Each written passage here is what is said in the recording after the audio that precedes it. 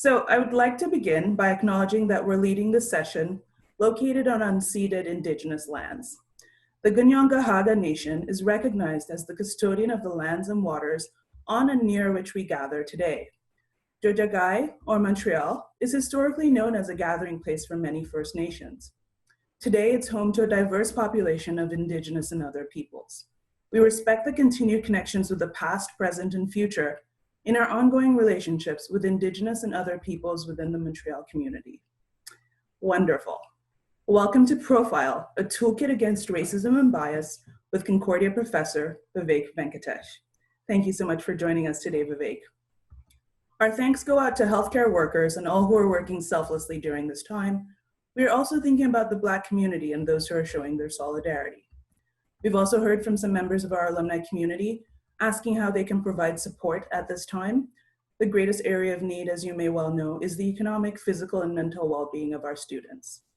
As you may also know, one of our fundraising initiatives is coming up in the next couple of months. It's the Concordia Shuffle. And one of the teams for the Shuffle will be raising funds for the Black Perspectives Initiative. The BPI connects and supports Black perspectives, initiatives, and scholarship across Concordia University and within the broader Montreal community, and also offers funding and mentorship and campus and local programming. So I will drop that link to the Shuffle page and to the BPI in the chat should anyone want to join, learn more, or support the initiative. So today's session is hosted by Concordia University's Alumni Relations as part of our See You at Home series. My name is Temi Akinaina, and I'm the Associate Director of Alumni Relations here at Concordia.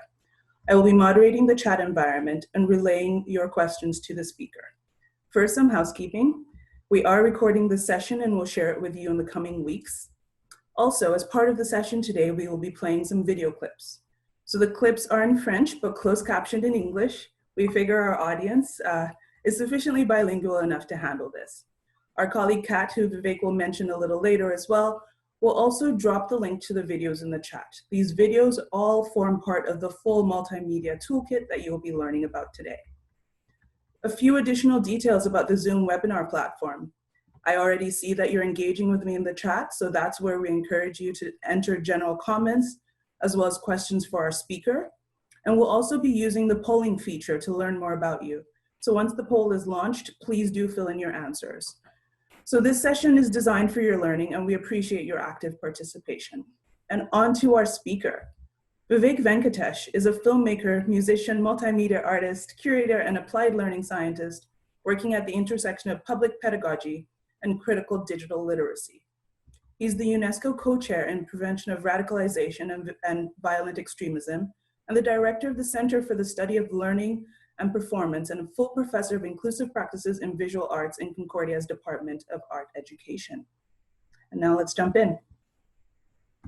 Thanks very much, Temi. And as you'd said, I'd like to acknowledge the presence of our program manager, Catherine Urbaniak. She is the lead designer of the Profile Toolkit, and it's important that I also acknowledge the important role that the Canadian Commission for UNESCO played in commissioning this toolkit. So we're going to talk today about Profile, and it's important, I think, to recognize that the genesis of this toolkit came about almost 2 years ago in discussions with the Canadian Commission for UNESCO, who host a variety of initiatives that focus on the notion of inclusivity and also broad agendas around social justice and social responsibility as it pertains to minority communities. So Profile is less of a reaction to the current trauma that marginalized communities are experiencing across the world and not just in North America. It really is grounded in a necessity that we have found, both as researchers, as creators, as policymakers, and also as community organizers. A necessity we found to address this grave societal ill, which is racial and social profiling. Before we begin, I'd like to ask you, our attendees, and I'm really pleased to be collaborating with the See You at Home initiative here, to reach out to as many people as possible. I'd just like to know from you what your field of work is. So you should see a poll right here. And if you could answer that poll, it'll help me as well better cater some of the examples that I'd like to give you.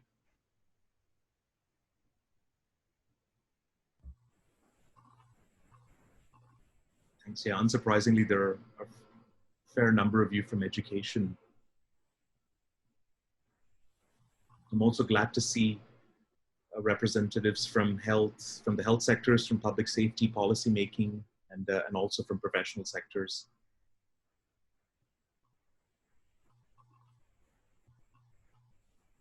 We've also got community organization. Okay.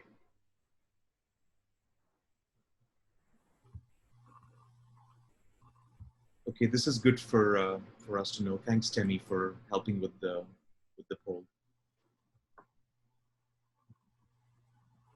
Okay.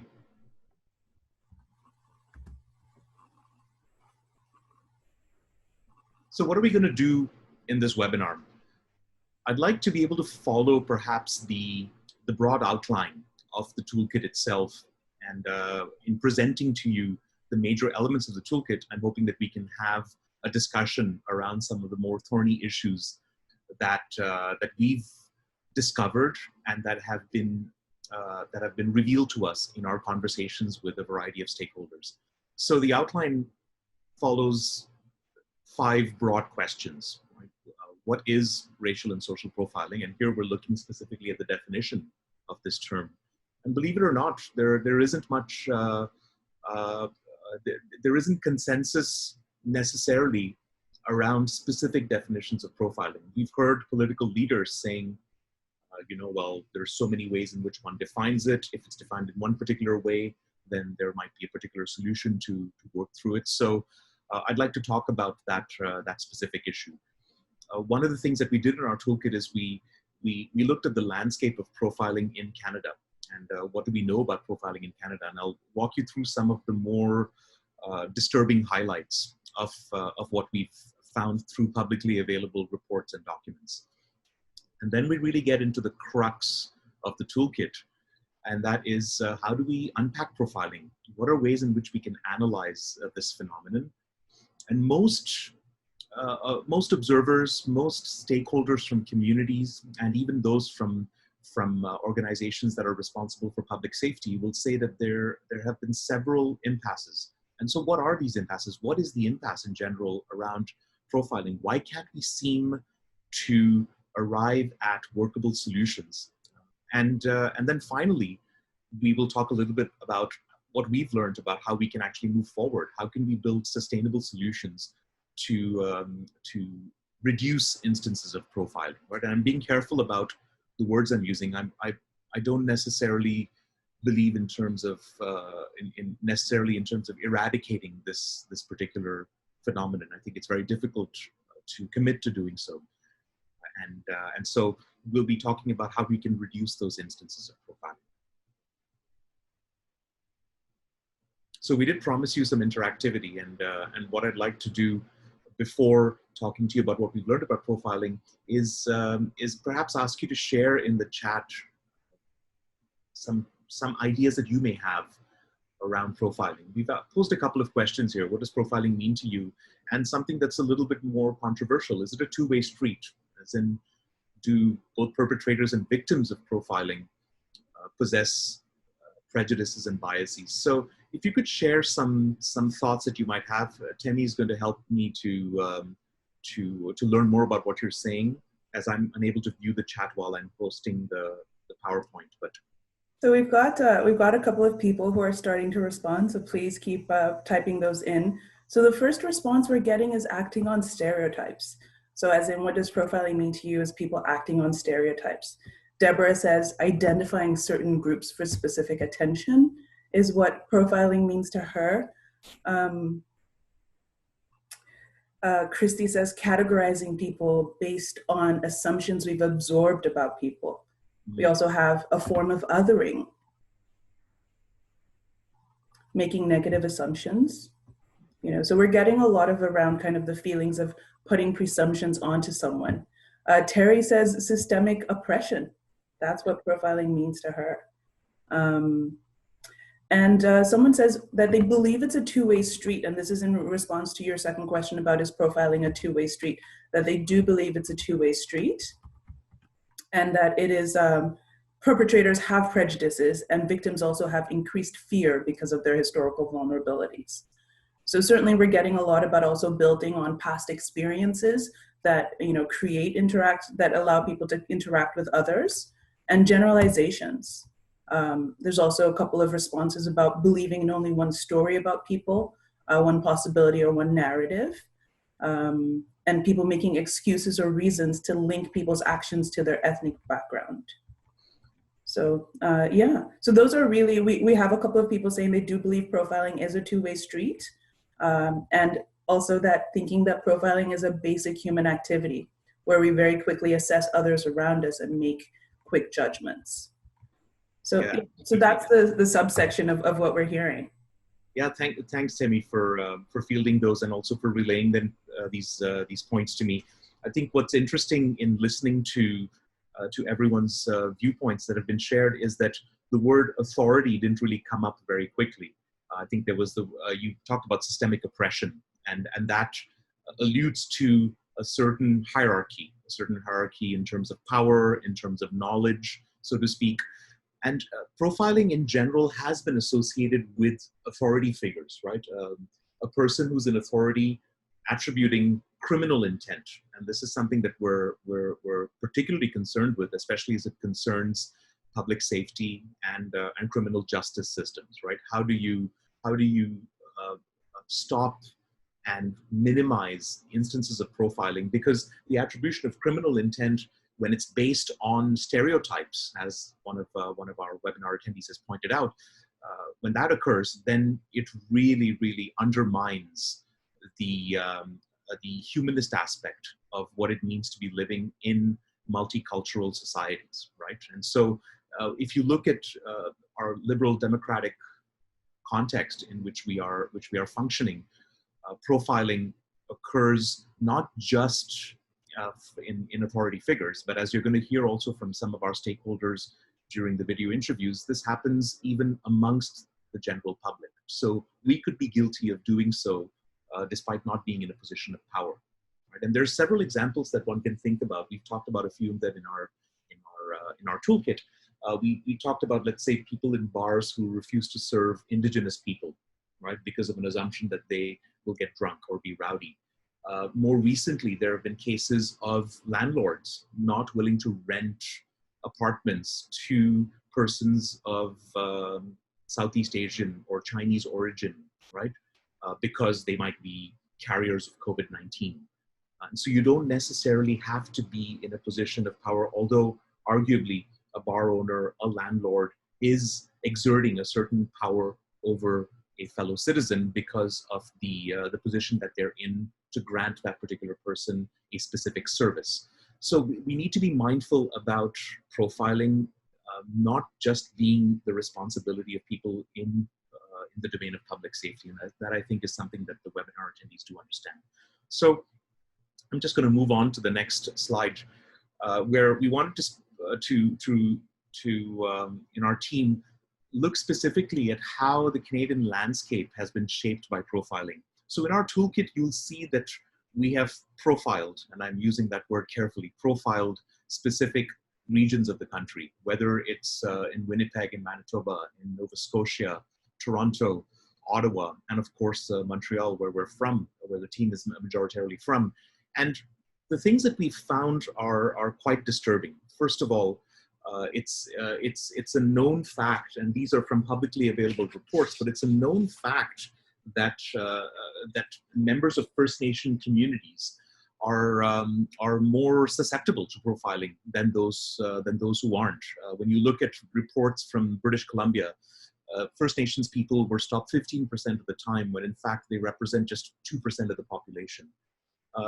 Again, still staying with British Columbia, I'm only going to give you some examples, but in our toolkit, you'll be able to refer to the reports themselves, but also to the summaries that we have created.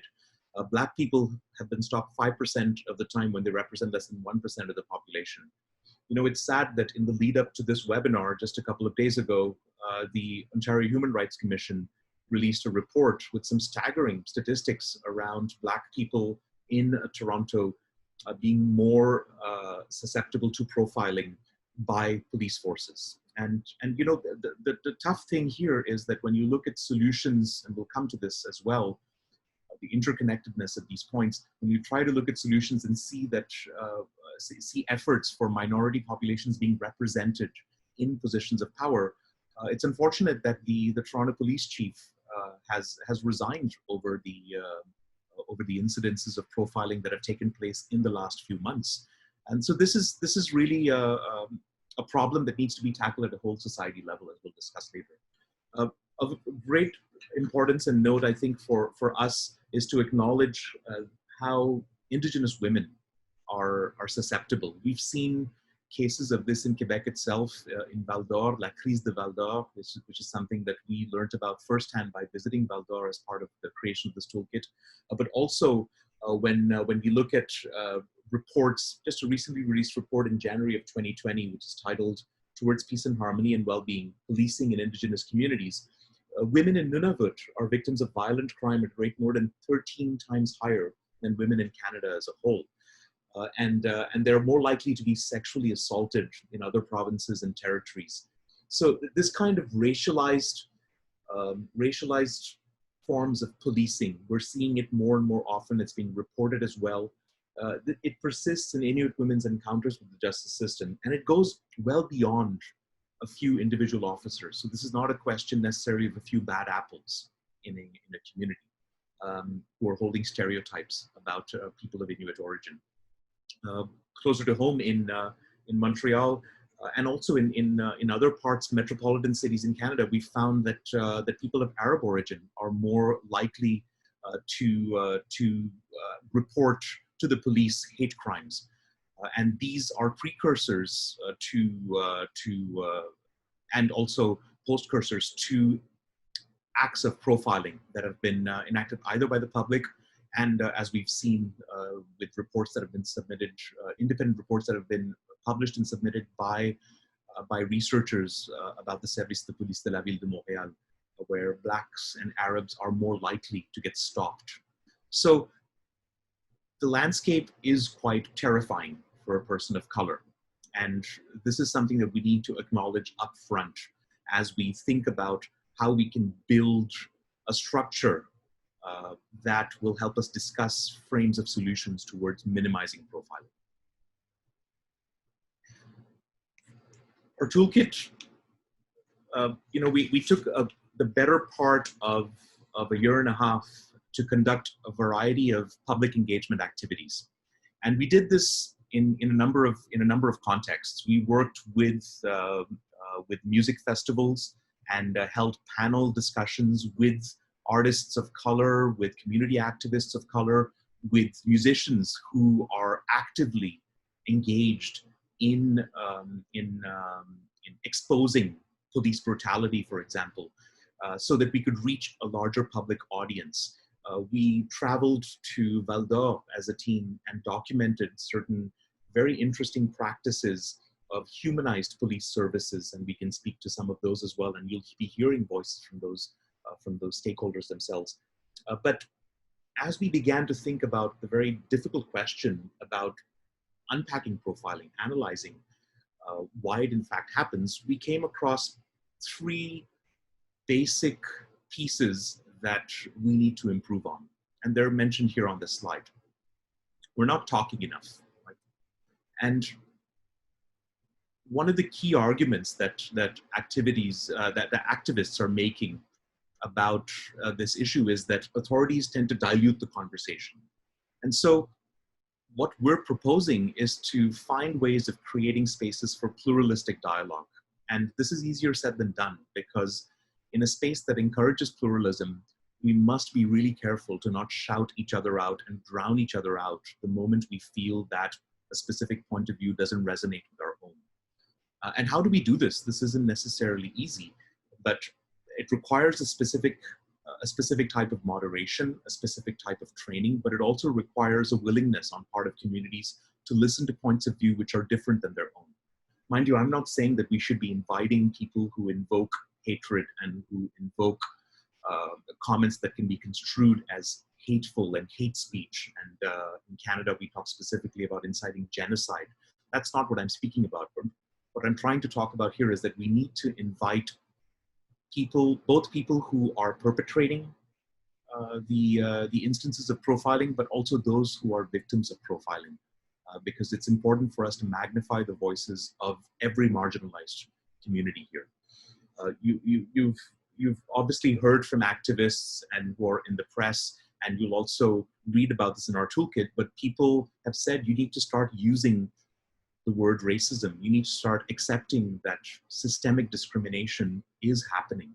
And this applies to our political leaders, to leaders and commissioners in public safety, as much as it applies to us as we are dealing with the issue of systemic discrimination in our respective institutions. And if we can't recognize that the problem exists, I don't think we'll be able to begin to create solutions that will tackle the problem itself. We aren't doing enough. And what are we not doing enough of? There doesn't seem to be enough of movement in terms of training, in terms of sensitizing those who are in power.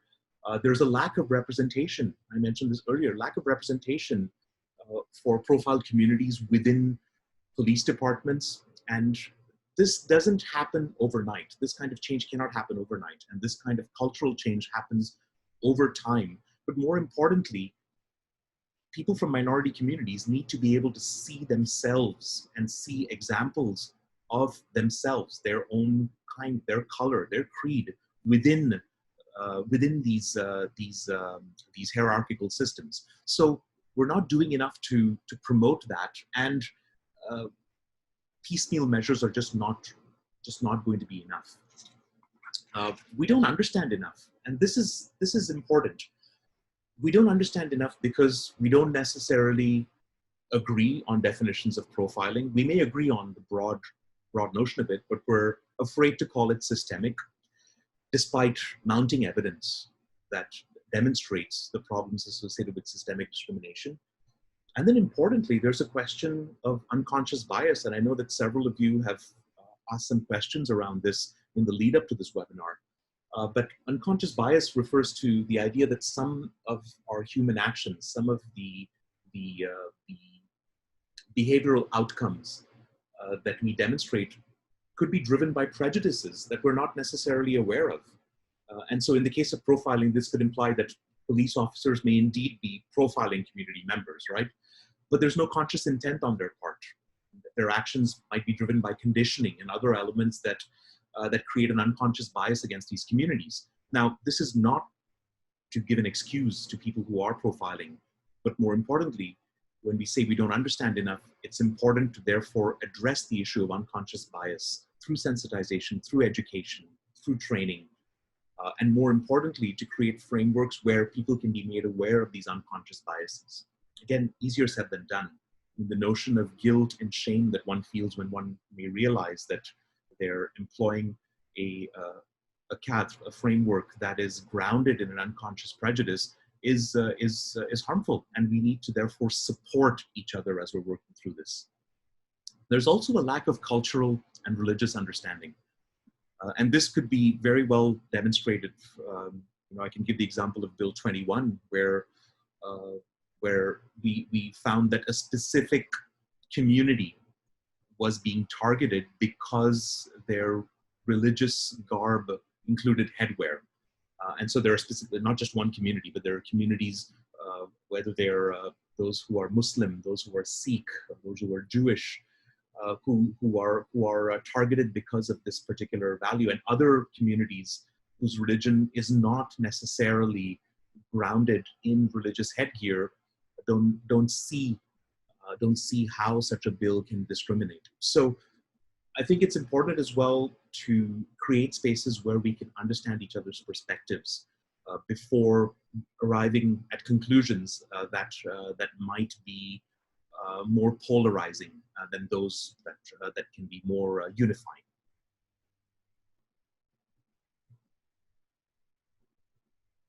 So it's good that we have an opportunity to check in, because I can tend to sort of build on these points without necessarily learning a little bit more about how you as attendees are thinking about these issues. I've got 3 questions here, and I'm not necessarily asking you, Temi and I are not necessarily asking you to respond to these questions, but it's intended to catalyze some form of discussion. I mean, one of the things we suggest in our toolkit is to look at ways in which you can find opportunities to lobby those who are in charge, to make them aware of problems associated with profiling in your own contexts. So if you're part of a professional association, do you see this happening? Do you see profiling happening? Or do you see some of the effects of profiling harming the diversity or the extent to which your workforce is diverse? Again, profiling is not a straightforward construct. There are a number of factors, whether they're social, political, economic, or cultural, that can instigate it. So have you given some thought to some of these? And I think importantly, as we are suggesting with the unpacking of profiling, if you're going to organize a discussion, who would you invite to the table? How can you ensure that the discussion is as fruitful as possible without necessarily descending into name calling? So how do you go about doing this? So just a brief reflection on your part will help me take us to the next phase of this webinar. Okay, so I see people are starting to put some comments in the chat. So a little note from Michael. He shares that, you know, with friends who work in the federal government, his conclusion from noting his friends' experiences is that there is kind of rapid and rampant systemic racism, you know, both explicit in terms of kind of either go back where you came from, or implicit in terms of not getting a promotion. There's a question from Steve saying, will we have access to the toolkit? Yes, we will drop all the links and share those afterwards. We had a comment from Deborah a little earlier, and she basically said that, you know, the way she sees it is that profiling or categorizing people is something we all do to make sense of our world. When does this go from our trying to quickly size up people and go into profiling and unconscious bias? So some of our audience are talking about what they're trying to do in their own lives. So even in working remotely, thinking about taking action to recognize our biases and how we profile people. So thank you for sharing that, Donna.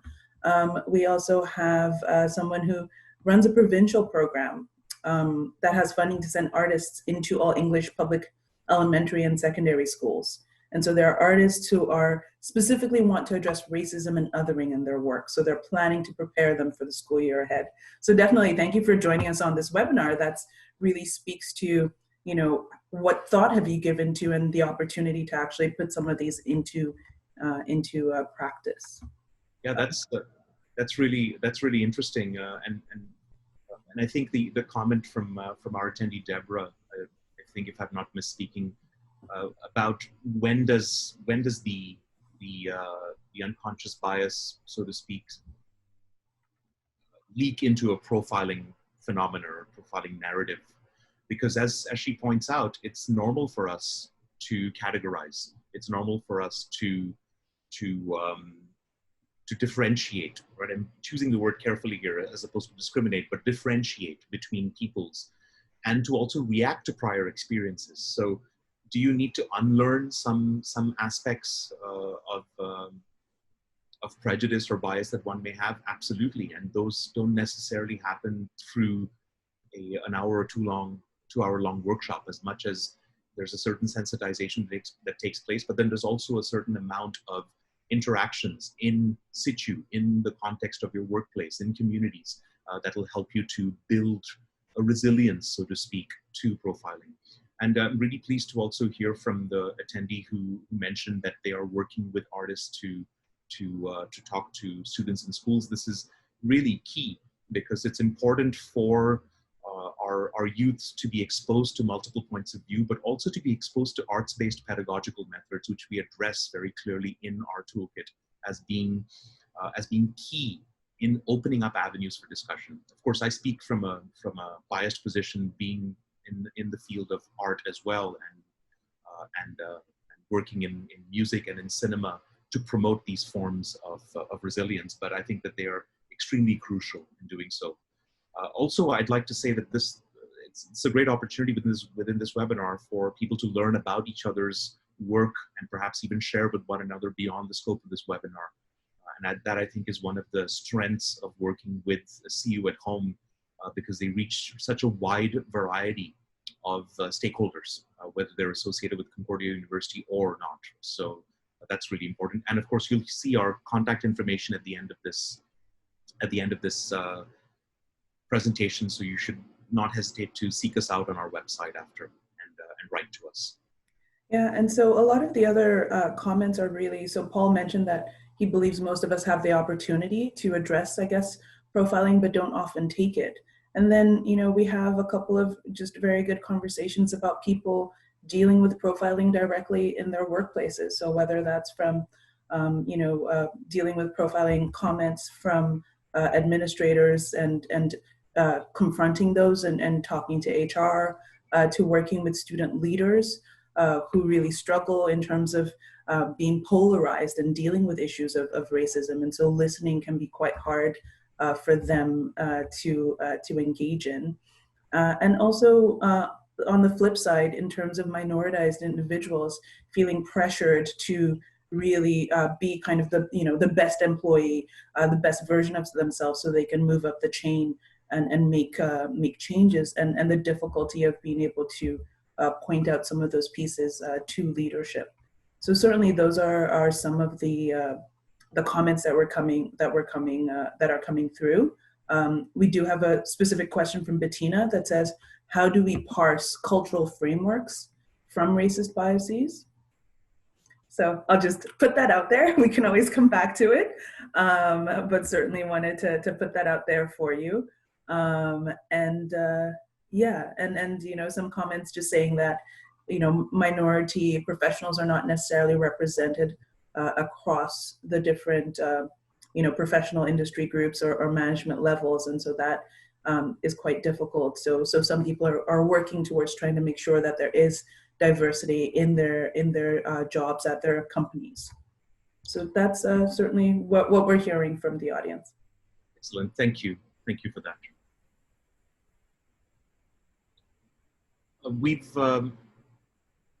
We've created a slot within this webinar to hear from some of the partners who shared their experiences with us. So I'm going to play a series of videos here. Each of them doesn't last more than a minute. Most of them are about 30 to 40 seconds.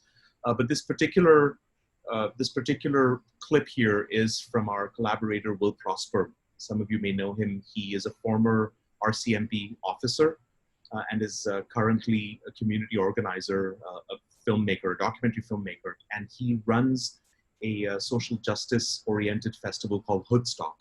And Will speaks quite broadly around issues associated with profiling in the toolkit itself. But we wanted to play you a small clip here so that you'd be able to listen to his voice and also his opinion on the issue of profiling. Ce qui est frustrant, c'est que ça fait des années qu'on parle de profilage racial. Les communautés en parlent depuis toujours, avant qu'il y ait même des rapports qui sont sortis, puis on n'a jamais pris ça en considération parce qu'on invalide toujours la peau des gens qui sont racisés. Ça, c'est quelque chose qu'on fait depuis longtemps, on le fait aussi avec les femmes, et ainsi de suite. Et ces gens-là le disaient depuis longtemps, qui sont, ça c'est qu'on se ramasse aujourd'hui avec un énième rapport qui fait en sorte qu'il y a encore du profilage racial et qu'il n'y a pas eu de mesures qui ont été mises en place par la SPVM pour lutter contre ça.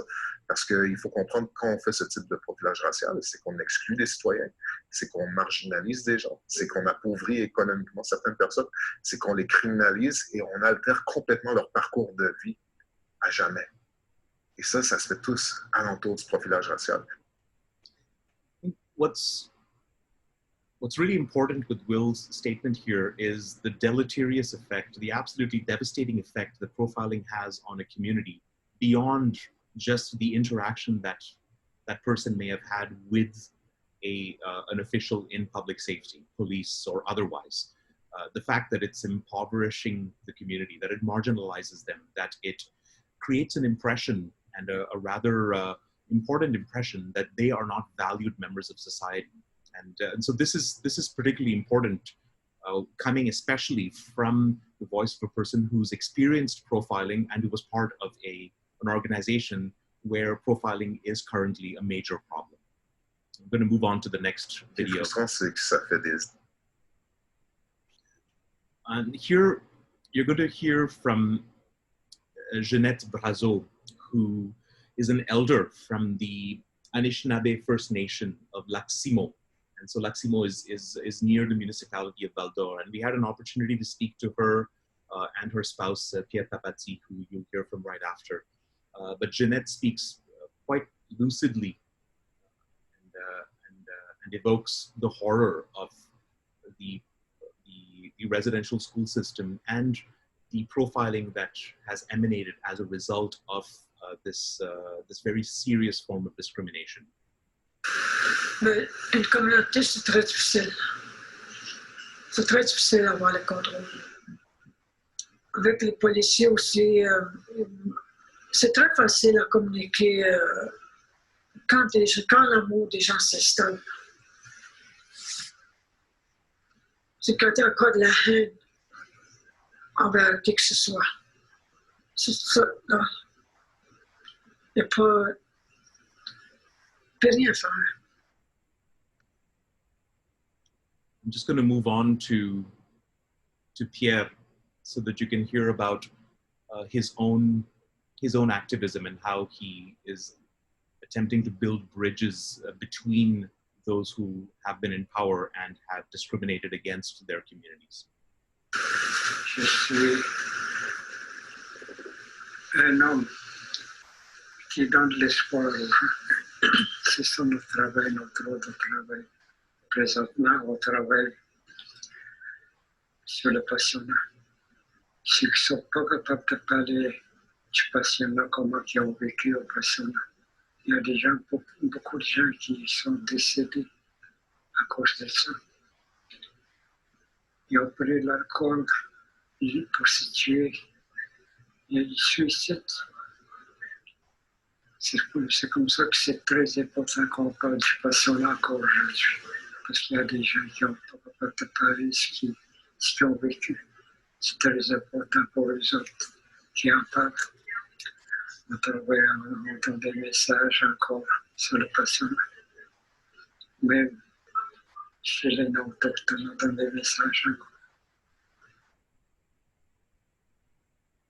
That's really key, the fact that Pierre mentions that the sensitization needs to happen beyond just the indigenous communities that they belong to, and to those who, especially to those who aren't part of the indigenous communities. The experiences that we had in Val-d'Or were framed under the auspices of work that's being done by a group that is led by Sergeant Julie Bouvier. And I'll let her speak to how they've developed a very humanist way of working with communities. And their form of community policing doesn't necessarily focus on criminalization and the criminality of the act as much as the humanization of the people that they serve. So in their particular case, they've actually developed a program that has existed for several years now, which has seek to hire people beyond just those trained in public safety. You've got mental health, social service, you've got police officers who have been hired from indigenous communities who face their own challenges, as you can imagine. And so this short clip talks a little bit about the values that the poste de police communautaire at Val-d'Or is, how it functions. And so I'll let Julie speak to that through this video. Un coup que nous, on va comprendre ça à l'écoute de leurs valeurs, à l'écoute de toute leur histoire, ben, je pense qu'on va avoir une meilleure communication. Je te vois, je te respecte tel que tu es. Puis on peut se parler tel qu'on se voit. À la base de mon inépique, c'est ça que je veux transmettre. Je veux transmettre que quand que mes gens débarquent, que ce soit un Anishinaabe avec Picogan, avec un policier sûreté, que lorsqu'ils débarquent, sont capables de transmettre cette énergie-là, de dire On n'est pas pareil, mais on se comprend. On va dans la même direction.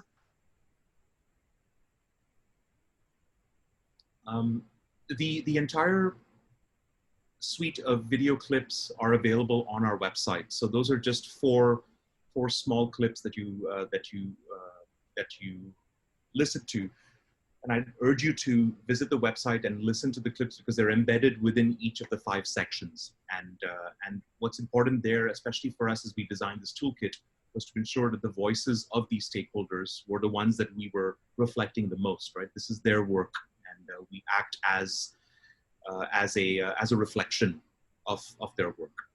What we also did in this toolkit is we looked at several discussions on social media. So we looked at Reddit and Facebook and perhaps even YouTube, if I'm not mistaken, and looked specifically at discussions around the notion of profiling. And this was done on a national basis. And so you could read more about the specifics of that methodology on our toolkit.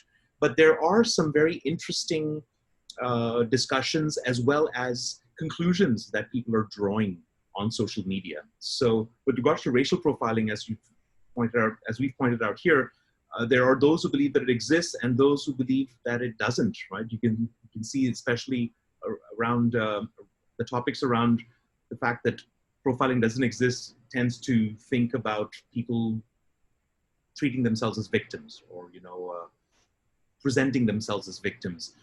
The fact that the police are doing their job, this is what they're paid to do, and so you should allow them to do so. There's also a lot of discussions around how profiling is a two-way street. One of the first questions we start off with. We all have unconscious biases. The police don't trust communities and vice versa. And we experienced this firsthand in our team when we reached out to communities in Montreal who had been adversely affected by interactions with the police. They were not ready to talk to us about their experiences because at the outset we mentioned to them that this toolkit it was going to take into account the various voices and the various stakeholders involved in profiling, including police forces. Now, one has to respect as well that the harm that has been caused to these communities is sometimes, I wouldn't say beyond repair as much as there isn't a space for them to come to a table. So our challenge there is to create the conditions for them to come to the table for discussions so that we can engage in listening to the harm that's been caused to their communities. I think the worst thing that we can do here is marginalize communities to the extent that we don't listen to their voices. So we're coming up towards the final bit of this webinar, and I'd like to save some time for some questions as well. But we've talked about this, and I think it's just worthwhile putting this on one slide. Or what is the impasse? So what's wrong? What do we currently know is wrong about what we're doing? The silence around profiling is deafening, especially in the last few months when there have been cases of political leaders refusing to acknowledge the systemic nature of the discrimination that's meted out on minority and minority communities. The denial itself that profiling exists is something that we need to move beyond, and it's really heartening to see that several police forces and reports that are invoking the problems associated with profiling are moving beyond the denial. We've talked about the difficulty of dialogue. We've experienced it as researchers, as creators. You may experience it in different ways in your own communities. Conflicting values, and this is something that we spoke about earlier. There's a sense that we live in a secular society here in Canada, and that secularism needs to be demonstrated in the ways in which we present ourselves in society. So how do you then not engage in profiling and accept the distinctions and differences which make our multicultural society that much more rich? The practical challenges associated with overcoming profiling, right? Whether it's in recruiting and making positions in different areas of management, for example, available to minority communities, and not thinking of this as a token, right, or token ways of addressing profiling. And then, you know, as some of our webinar attendees have pointed out, it's the role of human nature, right? How do you overcome some of these unconscious prejudices and assumptions? How do you acknowledge them, first of all, before thinking about overcoming them? And how do you work around exposing yourself to the shame and guilt that you might feel because you realize, for example, that you have been engaging in some forms of profiling despite your best intentions? So you can read more about the broader ways in which we suggest moving forward, but we've talked about 3 ways in which this can happen. How do you move forward and how do you create solutions? And this is not to say that these solutions are the only ways to do so. What's important for us to recognize as we were building this toolkit, and also for those who avail of the toolkit, is that each of these solutions needs to be contextualized and adapted to individual contexts, right, and organizational contexts. But the solutions are around 3 broad areas: informing and educating. Sensitization and education at all levels is important. And you need a buy-in. You need a buy-in from curriculum developers. You need a buy-in from administrators. You need a buy-in from communities. And you can't expect this education to happen only in scholastic institutions. Families are important. Communities are important vectors in this fight against polarization broadly and profiling in general. How do you build trust and avenues for communication?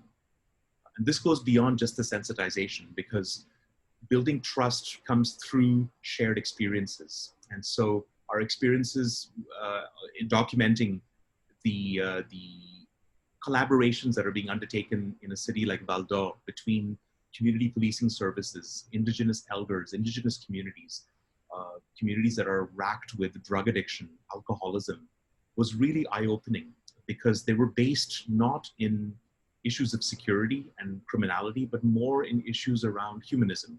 So how is it that we can ensure that we can build those kinds of processes and contextualize them in metropolises and not just in smaller cities, as we've seen in some of our own work. And importantly, and this is something that the Ontario Human Rights Commission has detailed in a very lucid way in a report that was released recently, around having a comprehensive approach, right? How do you not fall prey to piecemeal or departmental level approaches, which are more likely to not yield a sustained uptake? So how do you create processes and systems where the issue of profiling, the issue of systemic discrimination is constantly discussed, it's targeted, and we make efforts to ensure that does not bring, that those particular processes are not informed by such prejudicial frameworks. So some ways in which you can do this is creating some shared vision or terminology, and being open to multiple points of view, and not rushing to arrive at a consensus too quickly, because that's where you end up diluting those conversations. So yeah, I'm going to stop here because it gives us a good 10 minutes or so to field a few comments and questions. Tell me if you think that's appropriate. I believe that the rest of the slides themselves speak to these issues. I can leave this slide on, which talks through challenges and opportunities and shows some of the differences that exist, right? Think of these in a spectrum. And especially in the bottommost category there, and I remember discussing this with members of our team, a lot of discussions around defunding of police also need to be brought into that particular discussion. How do you understand the notion of defunding police beyond just a police that reflects community, as we have seen? And so yeah, Temi, over to you perhaps to help us field some questions. And I really thank everyone for being a part of this webinar, and I look forward to connecting with some of you. You can find all our information on our website, projectsomeone.ca. We are entirely bilingual, and the toolkit is available on projectsomeone.ca/profile. Perfect. So we do have a couple of questions that have been coming in, and also from some that came before. Mario is an art education student who's taken a lot of courses, and he basically wants to ask about, how do pre-service teachers advocate for courses and training that is anti-racist? So, there are, a number of the courses, but really that's what Mario is asking about. Well, I think that there's great benefit in lobbying those who are in a position to make those kinds of changes. So you need to find, I think the difficult part for people in positions like Mario's position is, how do you find an ally within the system who is able to relate to issues around anti-racism, for example, or systemic discrimination? And how do you ensure that we don't treat this in a piecemeal, through a piecemeal approach? Right? I think the question that Mario is asking brings up a broader question of, how do you define the constructs that revolve around profiling, whether it's systemic discrimination or racism, and how do you therefore, through those definitions, find ways to build solutions to counter them?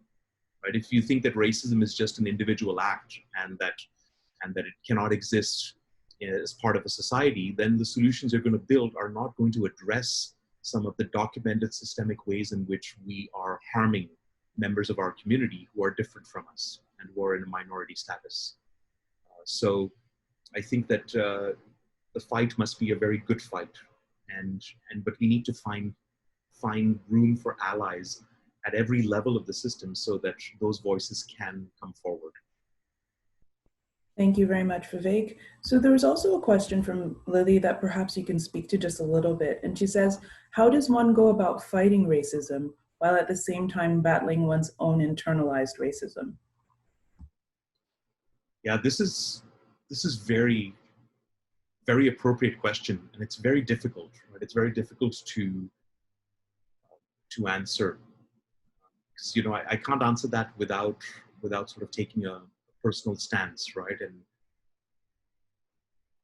as someone who's racialized and who's grown up, I grew up all over the world, so I experienced different forms of privileges and different forms of marginalization, which to a certain extent have numbed the way I interact with others.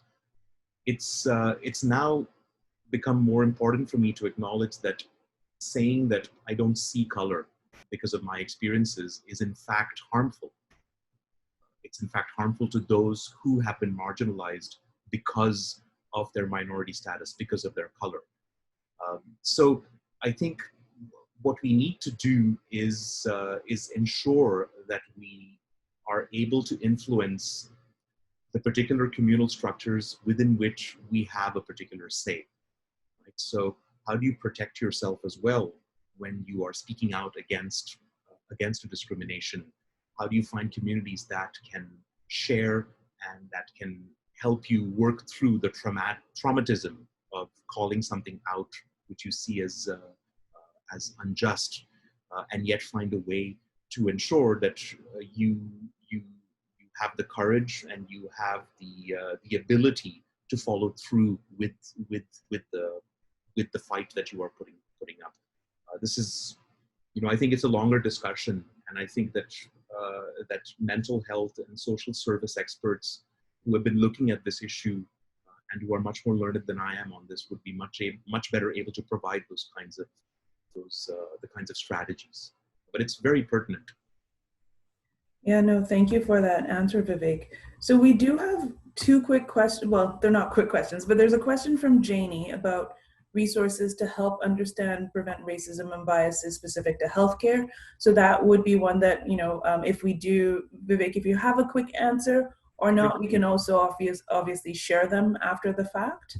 Yeah, I think that there's some really interesting tools that one can look at, right? If you look at fields like transcultural psychiatry, and I'm very fortunate to work with an expert team here who are based in Montreal out of McGill University. Transcultural psychiatry has worked very hard to find ways in which they can empower from within. So learning about the attitudes that minority communities possess as it pertains to racial discrimination, systemic forms of discrimination, and finding ways to empower them sustainably through public health frameworks. There are certain psychological tests that are available that have been validated and available, some of them freely available. In fact, the implicit association test is one of them that's built out of Harvard. But I think you need to be careful about utilizing those tests because they are created with very Occidental frameworks. And so I'm asking for some form of contextualization before people use these particular tests within their own institutions, because the more we are accepting of different groups of people, different experiences, the more we see multicultural societies and liberal democracies also deal with the changes in immigration patterns, the more these kinds of tests are not going to be applicable because the Occident becomes a much bigger mix than we're used to.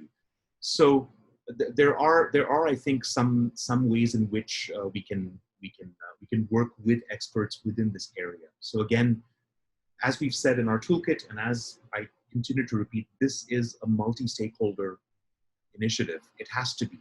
You need people working in criminal justice, public safety, policymaking, mental health, social services. And I'm not just throwing these together because I want to make this problem complex and say, oh, it's so complex, we can't figure it out. We are figuring this out. Communities and organizations are figuring this out, and they are working hand in hand with experts in a variety of fields. And so we have examples of how this works, and I think we're very fortunate in our university to be able to connect with these types of initiatives and learn from them.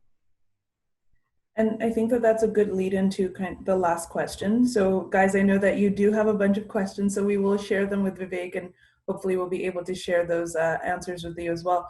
But the last question that I think, ties nicely into your last, comment was from Vinojan, and they say, how can we help you help the community, province, or country? Thank you. That's actually very heartening to hear. And I think the best thing to do would be to write to us, projectsomeone@concordia.ca. I think the main thing, first of all, write to us so that we can learn more about what you're doing. And so this was specifically because I want to know more about what you're working on. But these kinds of webinars, I find, are terrific opportunities for us to engage with actors across multiple fields who are impacted and who are actively working to counter a societal issue that is plaguing us and that has been plaguing us for a while. I think it's remarkable that the issue has been brought to the forefront because of some really calamitous recent incidents across North America that Black people and that Indigenous people and that minorities, whether they're Arabs or Chinese, have been facing as a result of the really polarized nature of the post-pandemic era that we're living. But importantly, I think how we can help each other is by committing to these broader discussions and listening to points of view that may not necessarily reflect from our own. So do write to us and let us know what you think of the initiatives. Profile is one of 19 projects that we are hosting on the Project Someone website. So we're really proud to have worked with such a variety of communities. And if you visit our site and you look at the different projects we've been working on, if anything interests you in terms of collaboration, write to us, and we're willing to engage in that discussion. Okay, thank you all so very much. Thank you, Vivek, and all of you who took time out of your day to join us. We are so pleased to have a Concordia professor leading the conversation with us on this topic. We're also so thankful for sharing your thoughts. We will be sharing the chat transcript with Vivek and Catherine, so some of you may be helping to advance research on this topic. As Vivek has mentioned, please do reach out, do engage in more of these conversations. We'll also be sending you an email in the coming weeks with the recording of this session. We truly appreciate your feedback to help us improve the services and the events we offer. Did this webinar meet your expectations? Feel free to leave a comment in the chat box. We're also happy to be able to continue bringing you valuable virtual content. So keep your eyes peeled for our email invitations. We'll have weekly content for you and your family at this time. We admire the support, courage, and resilience of our community and all who are navigating these unprecedented times. As you can see on the screen, we've got a couple of upcoming events in the next weeks, obviously. So we've got a cyber resilience session on August 13th. We've got some cheers to your success for the new graduating students, and also people who are looking for career services resources on entering the workforce in a pandemic. So thank you all so very much. We hope you have a wonderful, wonderful rest of your day, and we look forward to seeing you at our next See You at Home session. Thank you and goodbye.